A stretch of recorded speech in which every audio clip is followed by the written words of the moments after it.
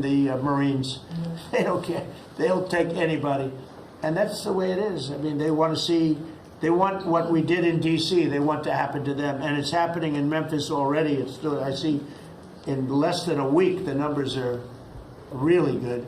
And it'll be great, and it will fix that. We'll go to various other places, and we're going to be stopping crime in our cities. And that's a great thing, and we won't get credit for it, but it's a great thing. We've launched a historic campaign to take back our nation from the gangs and the street criminals, violent repeat offenders, illegal alien lawbreakers, domestic extremists, and savage, bloodthirsty cartels. And very little, by the way, is coming in by water, in case you haven't known. The drugs aren't coming in by water. In fact, we can't even find any boats in the water anymore. We had boats, we were like a subway train loaded up with drugs. Every boat, every single boat that you see getting taken out kills 25,000 Americans. Think of that. Because it's, you know, it's pretty tough stuff. But it kills 25,000 Americans. So when you hear that, it's no longer tough. But here in Washington, we've deployed federal law enforcement and National Guard to restore public safety, and we're working to replicate that in numerous places all over the country. And we have a very powerful military. We have a very powerful National Guard. I want to thank the governor of Texas, who has been, as usual, great. Governor Abbott, he gave us 400 troops without even a question. And we have other governors likewise doing what has to be done, because they know we have to confront crime. We're directly confronting the sinister threat of left-wing domestic terrorism and violence, including the terrorist group Antifa. You saw that yesterday. We had a news conference. Antifa's out of control in Portland and other places, but mostly Portland in the case of Antifa. And we had people that were really badly affected by them. It was terrible. So one of those things, but we're knocking the hell out of them. And we're looking for the people that are funding them, and those people are going to be just as guilty as the people that smack people over the head with a baseball bat. And I'd like now to ask Attorney General Bondi and Secretary Noem to discuss this a little bit and tell where we are. And then we'll go around the room. We'll go quickly. We're going to go quickly if we can, because we have a lot of things to do, including I won't be spending that much time here because I'll be leaving fairly soon for the Middle East. And I'm very honored to be involved with that, I'll tell you. It's a great thing for our country. People are so happy about it. I've never experienced anything quite like it. I've never seen such universal praise for being able to do something. No, it's something that nobody thought was possible, and we're going to end up having peace in the Middle East. Who would have thought? So, Pam, could you start, and then Christy, please. Sure, President Trump, and despite the Democrats' shutdown of our government, our law enforcement officers are out there working without paychecks, round the clock, to keep and make America safe. Secretary Hegseth and I were recently in Memphis. We had 1,100 law enforcement officers in one room with us. The Memphis PD, they were the happiest to see us, don't you think, Secretary Hegseth, of anyone. We had ATF, DEA, FBI, U.S. Marshals. I'm not sure if our park police were there. We had Treasury, Secretary Bessent, and of course we had Secretary Noem's Homeland Security, all working together with the Guard. They were so happy to have us there. We've been making arrests left and right. So far, we made 562 arrests and seized 144 illegal guns, just in the short time we've been in Memphis. And many of these people are career criminals. And when you take them out of a place, your crime rate just goes down. These people commit crimes every single day. They're sick. And we're taking them out. In some cases, we're bringing them back to their countries where Biden allowed, with the stupid open borders that we had in our country, to come in. But they're being brought back to other places, or they're being put in jail, but they're career criminals. President Trump, last night alone, we made 91 arrests, 19 firearms off the streets, and one was a warrant for a homicide, and 4 sex offenders who had active warrants. One was a sex offender on a child. Everything we did in Memphis was worth it, in my opinion, for that one arrest. Think about that. We got a child rapist off the streets, but yet we've made 562 arrests and still going strong in Memphis. Just what we did in D.C. But it's because it's all of us. It's a team working for you to make America safe, all together, round the clock. Thank you, Pam. Thank You're you, doing a great President job. Trump. And it's amazing that we're not getting cooperation from Democrats. It's like, it's a new issue. You know, we have all the old issues of the wall and the border and all of the things, men playing in women's sports who they still want that, transgender for everybody. All these issues are so crazy, but we have a new one. It's called crime. We stop crime and they allow crime. They want crime. It doesn't make sense. I think it's as ridiculous as the other things that we talk about all the time. But I've added it onto our list, a 5-letter word called crime. We stop it, and they actually incite it. It's crazy. You would think they'd want them. You'd think they'd want Christy and Pam and all of the people. If we needed the military, Pete will be there. We've got a massive military. We have the best numbers we've ever had for recruitment. We have a lot of people now. We have people that can't get into them. In a great economy, they want to be soldiers again. A year ago, they didn't want to even think about it. Same thing as with police and firemen, everything. They want to join. They're proud of our country again. Christy, go ahead, please. Well, sir, thank you for your leadership and for deploying all of government to help us keep our country safe. You have talked extensively about how threatened our ICE officers are, but all of our law enforcement out there. And we saw the shooting in Dallas at that facility, so we're hardening all of our buildings and making sure that we have more security measures, snipers on the roof, people to protect our law enforcement while they're out there on the streets. But what I'm also doing, sir, is, and with your authority, is we're purchasing more buildings in Chicago to operate out of. We're going to not back off. In fact, we're doubling down, and we're going to be in more parts of Chicago in response to the people there. And then I was there a few days ago and looked at some facilities that we can deploy more law enforcement out of. Because what they're trying to do with these riots and violence is distract us and keep us from going after those murderers and rapists that are out in the streets. And then I was in Portland, went out and back on Tuesday, and met with the governor, met with the mayor, met with the chief of police and the superintendent of the highway patrol. They are all lying and disingenuous and dishonest people. Because as soon as you leave the room, then they make the exact opposite response. So we're looking at new facilities to purchase.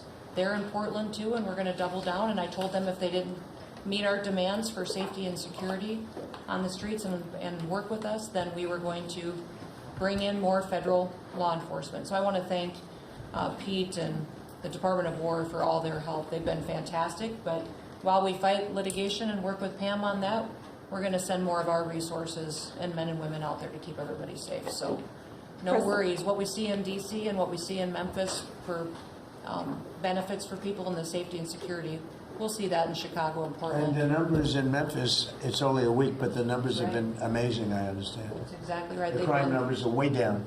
Fantastic. And it shows what a partnership can be between local law enforcement and the federal government. And if we have to do it the hard way in Portland and Chicago, we will. But the people demand. And President Trump, my lawyers are in court right now as we speak for you, arguing in Chicago and Portland to keep them safe, to bring in the Guard.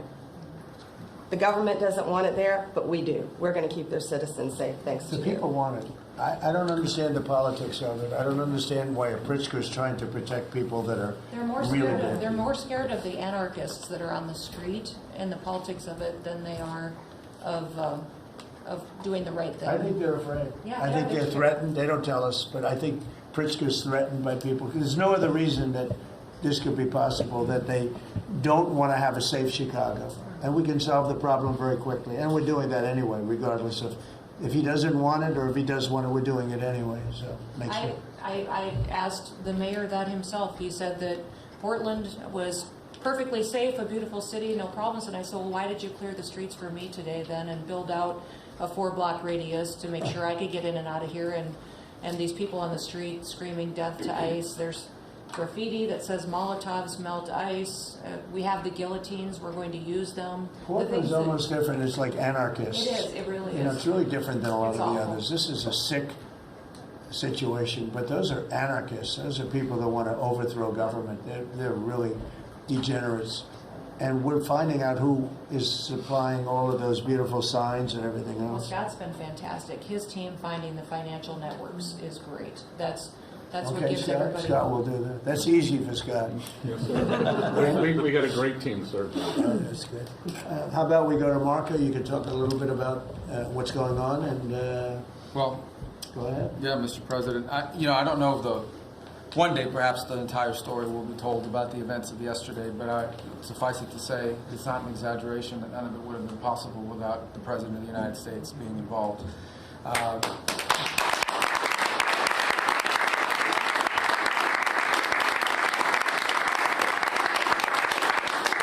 It really began with your trip to the Middle East, where these relationships were forged with partners in the region, personal relationships, close relationships that created the foundation where all of this was possible.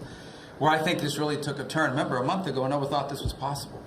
Where it really took a turn about a month ago, less than a couple weeks ago, is when we were at the United Nations, and you convened a historic meeting, not simply of Arab countries, but of Muslim-majority countries from around the world, including Indonesia was there, Pakistan was there, and created this coalition behind this plan.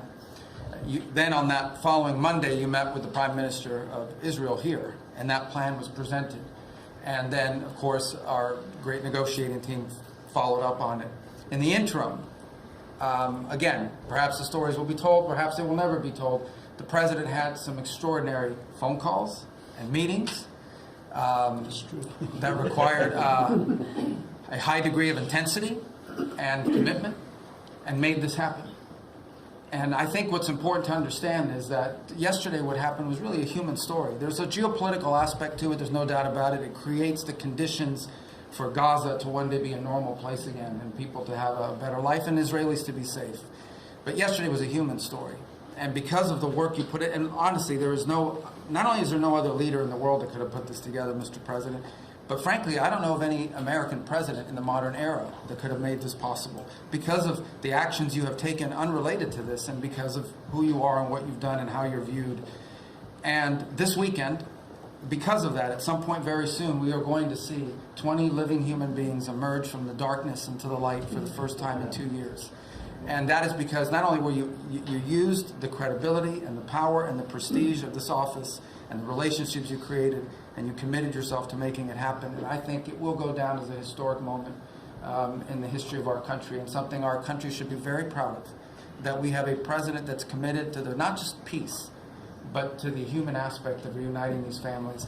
My last point on this is just a couple days ago, Secretary Lutnick hosted us all, many of us, at the Kennedy Center. And we have these families, we've interacted with them for so many years, for 2 years now. And the stories are heartbreaking, both whose families are alive and those who are deceased as well, who want their relatives back so that they can complete the process of grieving. And we had all hoped that perhaps that was the day that we would have an announcement for them on the anniversary of the 7th, but I know you were able to speak to some of those families last night, and I just hope the whole nation understands how incredibly proud they should be of their president and of their country for the role that they've played. And I don't want to let this moment pass, Mr. President, without also noting the incredible work of Steve Witkoff and Jared Kushner. They're an incredible team working together, facing some substantial impediments to even being there this weekend and doing it. Let me just leave it at that. And they've done a great job on your behalf, Mr. President, and they deserve a tremendous amount of credit. But thank you for what you've done for the world. Thank you very much, Marco. I appreciate it.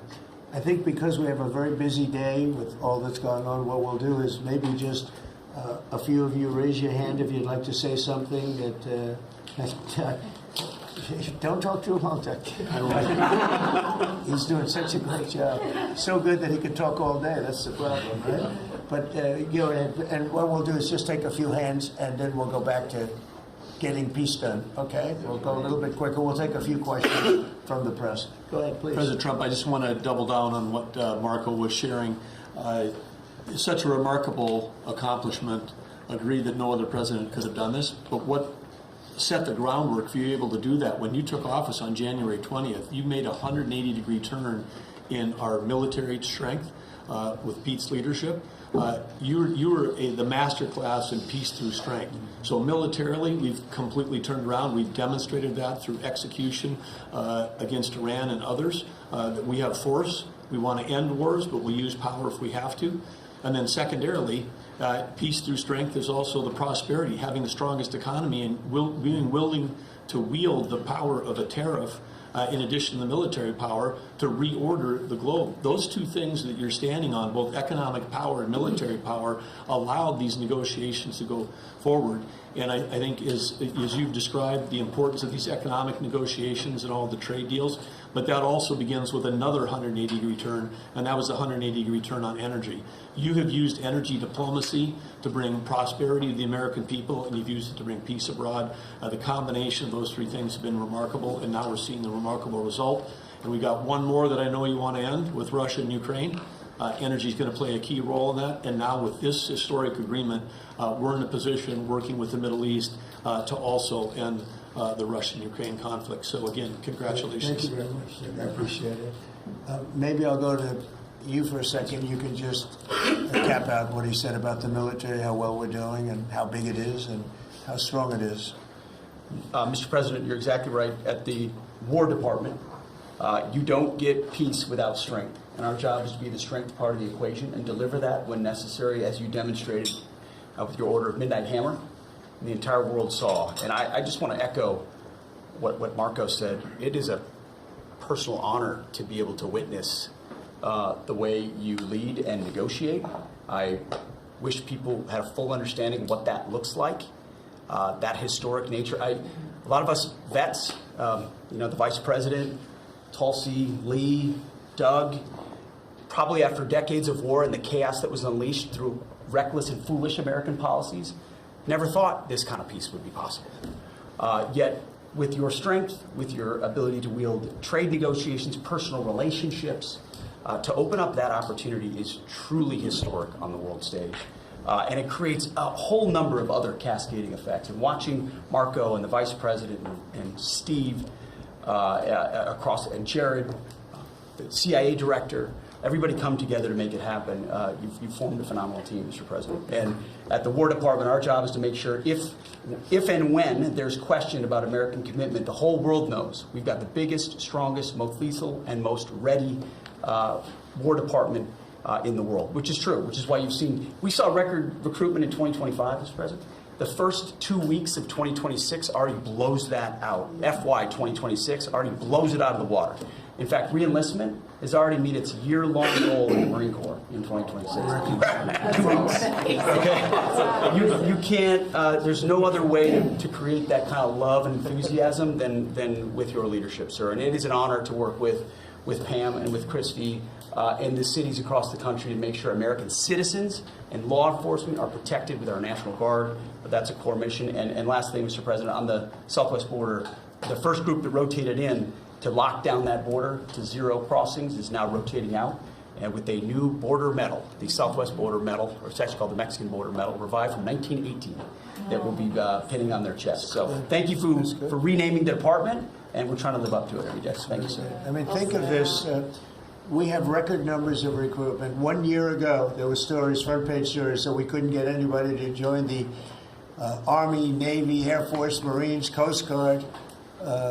My beautiful, I call it our beautiful Space Force. I love our Space Force. It's turned out to be very important. But we couldn't get anybody to join. Nobody wanted to join, including our police and fire. They didn't want to join anything. Recruitment was embarrassing. We couldn't get anybody. And now we're brimming. Now it's, and they're getting in based on merit now. A soldier's a soldier. They come in now based on merit, not based on woke stuff that anybody can qualify.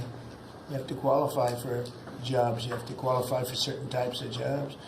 And it's amazing. So we were embarrassed a year ago. Think of it, a little bit more than a year ago.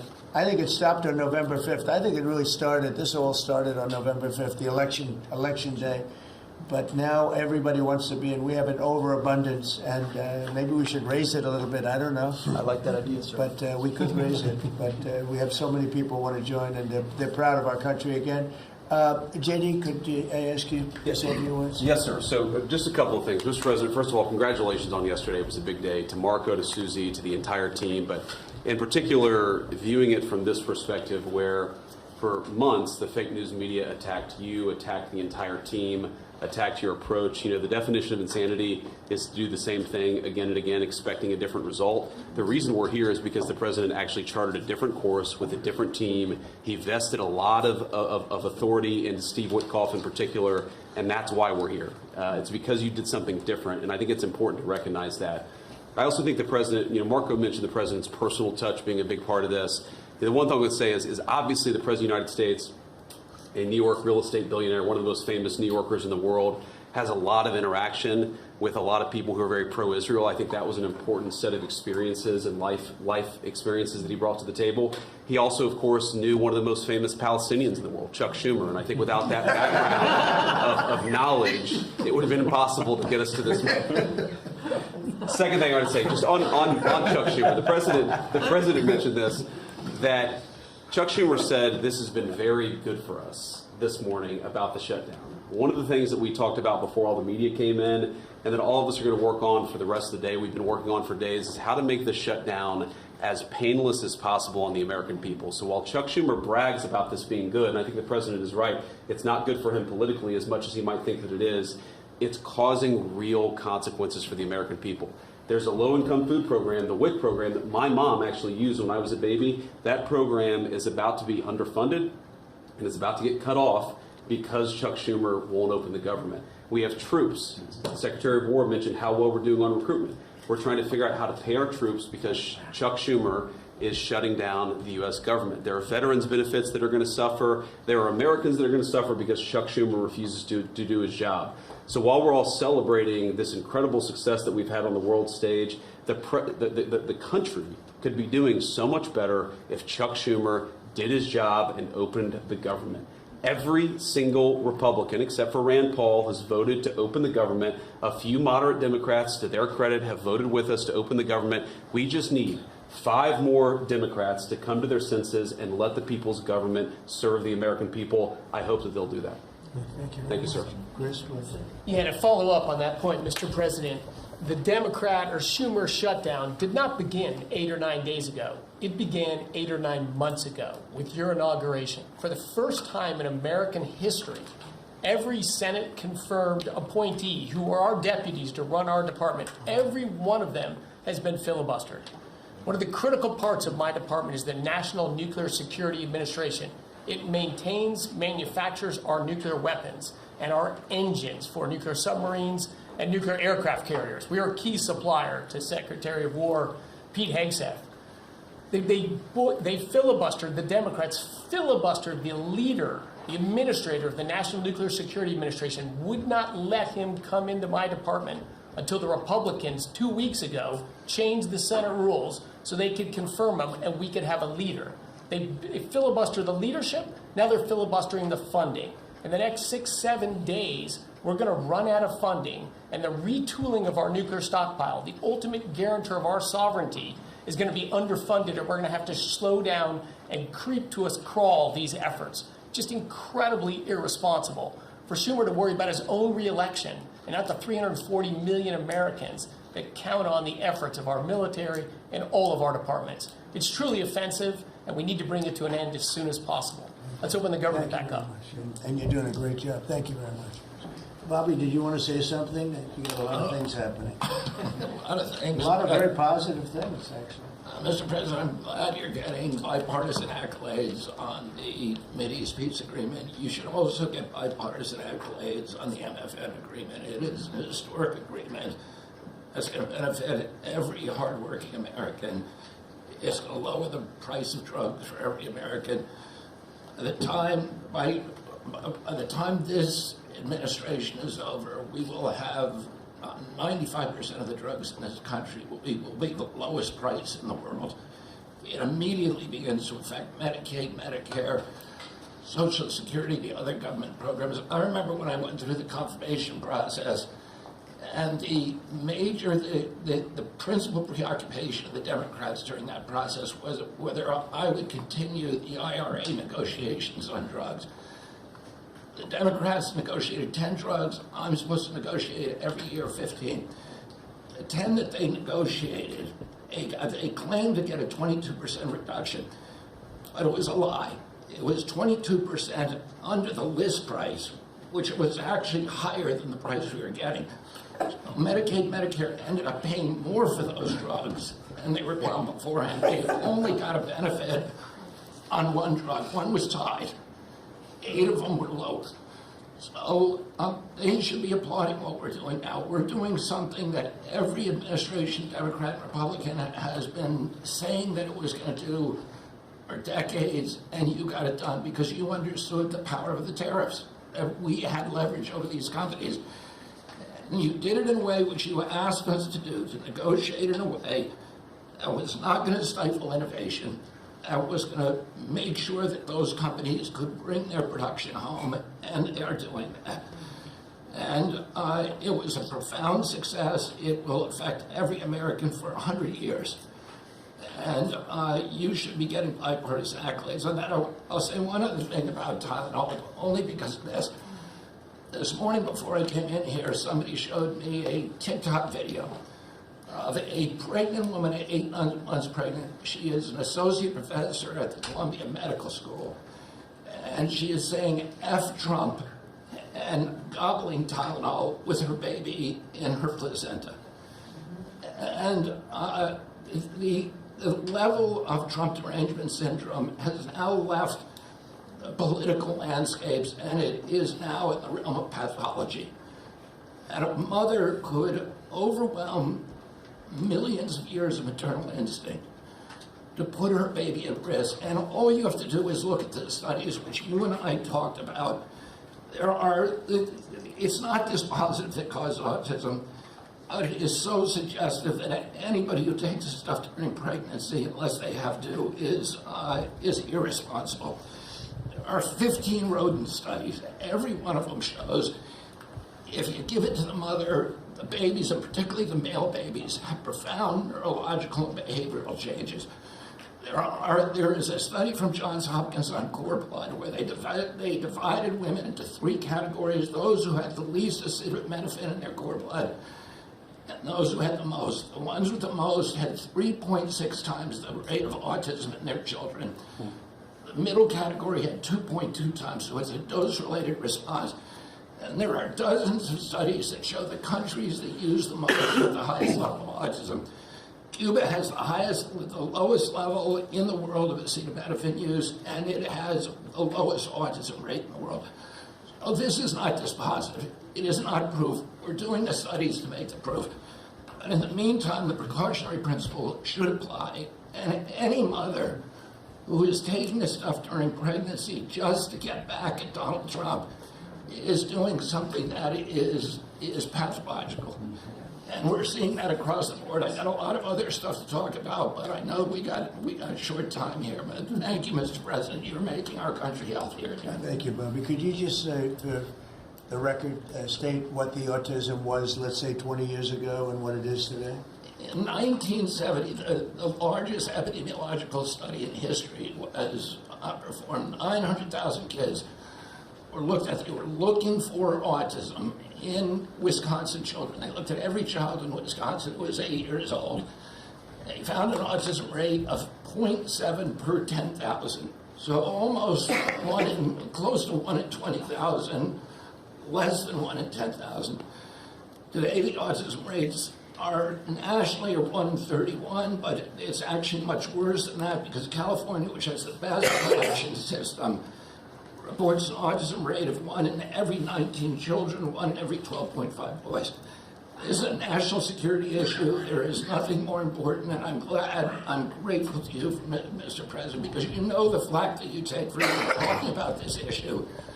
You've shown courage and you've shown leadership, and I can't thank you enough for letting me do this work. Thank you. So think of that, 1 in 20,000, and now it's 1 in 12 for boys, 1 in 18, 19 for girls.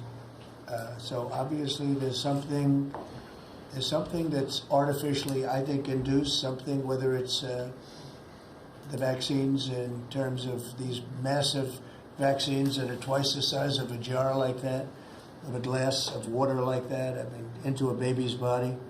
And I've suggested get them in doses, get them in, maybe 20%, 30%, but smaller, not such a big. I think, that and we had certain recommendations, the MMR, take them separately.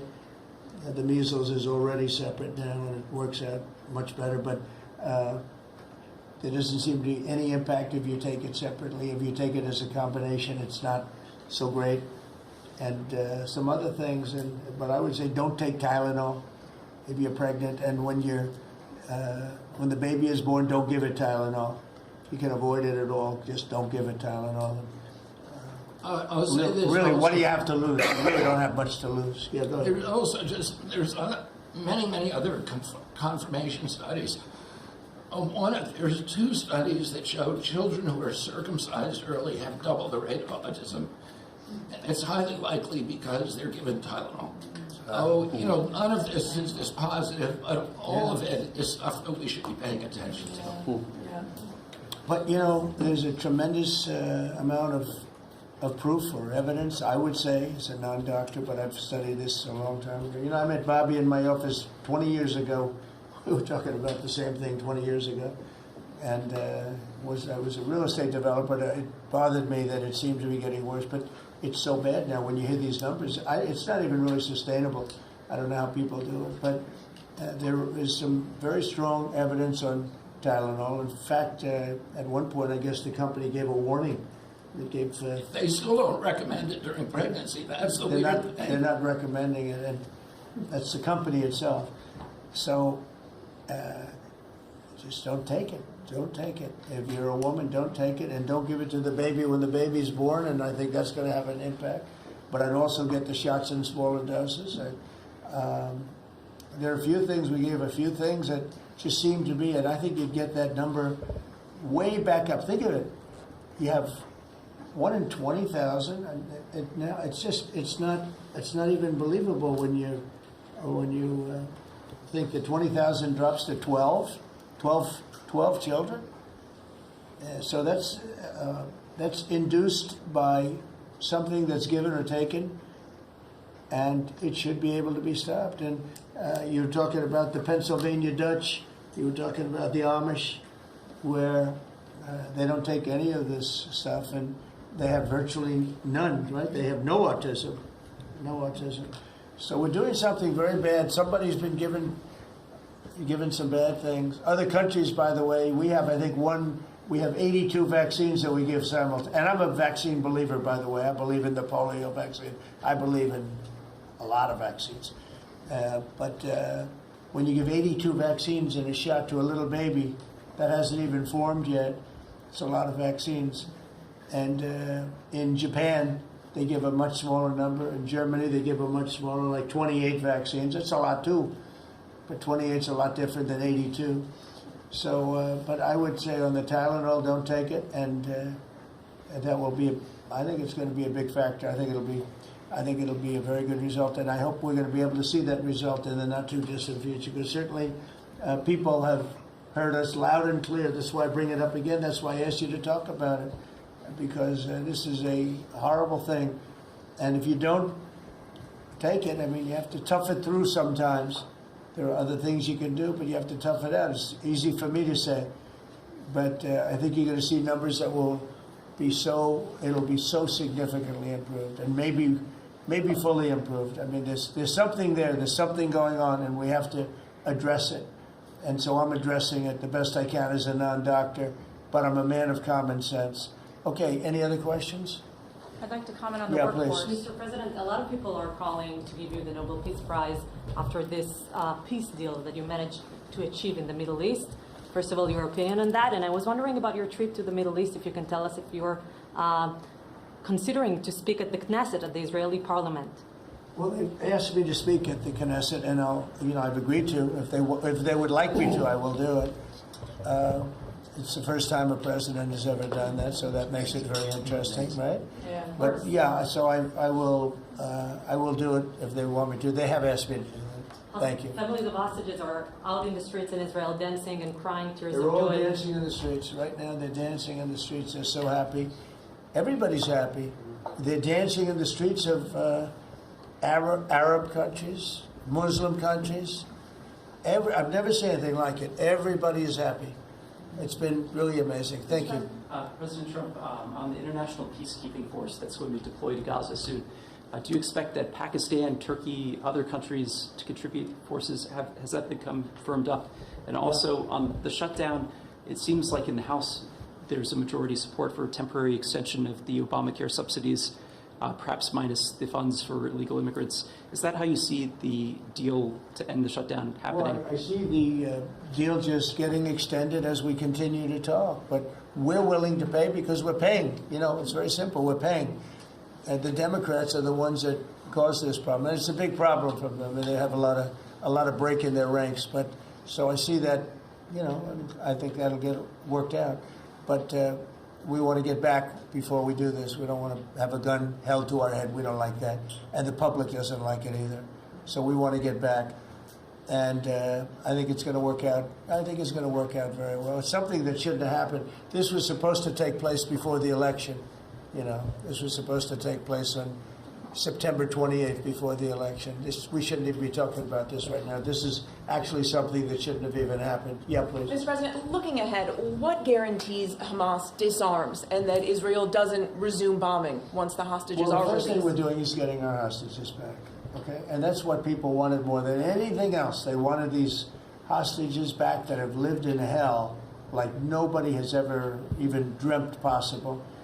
And after that, we'll see. But they've agreed to things, and I think it's going to move along pretty well. But what is phase two? When does it begin? I'm not going to talk about that because you sort of know what phase two is, but there will be disarming, there will be pullbacks, there will be a lot of things that are happening. You know, I gave you a whole list of 22 different things that will take place.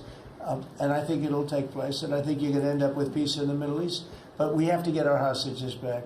And we weren't going to do it at the end. We're going to do it at the beginning. We said we want them at the beginning. We're not doing it. You know, we got the hostages back. We did, as a group with Steve and Jared and Marco and me and all of us. We got the hostages back. We got many of them back. Many, unfortunately, were dead. But we got many back that are now living with their families, with their parents in many cases, and with their husbands, families, wives. Many of them, they celebrate all over. They're the ones that are celebrating the loudest.